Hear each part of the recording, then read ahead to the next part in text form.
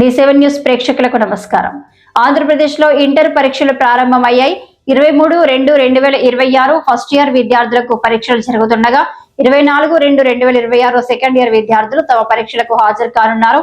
పరీక్షల నిర్వహణ కోసం రాష్ట్ర వ్యాప్తంగా 1537 కేంద్రాలను ఇంటర్ బోర్డు ఏర్పాటు చేసింది. పరీక్ష సమయానికి ఒక్క నిమిషం ఆలస్యమైనా లోపలికి అనుమతించేది లేదని అధికారులు ముందే స్పష్టం చేశారు.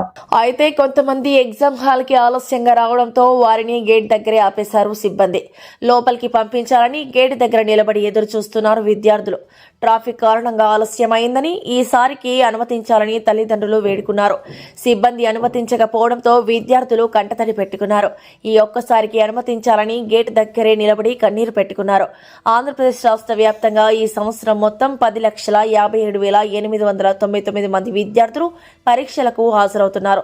ఇందులో 5,31,275 మంది మొదటి సంవత్సరం విద్యార్థులు ఉండగా 5,26,264 మంది ద్వితీయ సంవత్సరం విద్యార్థులు హాజరు కానున్నారు.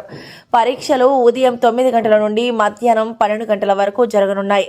పరీక్ష సమయానికి ఒక్క నిమిషం ఆలస్యమైన కేంద్రంలోకి అనుమతించబోరని ముందే సెంటర్కు చేరుకోవాలని ఇంటర్ బోర్డు స్పష్టం చేసింది.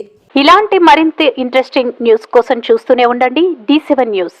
ఒక్క నిమిషం ఆగండి. D7 న్యూస్ ని లైక్ చేసి షేర్ చేసి సబ్స్క్రైబ్ చేయండి. D7 న్యూస్ నిరంతరం ప్రతిక్షణం.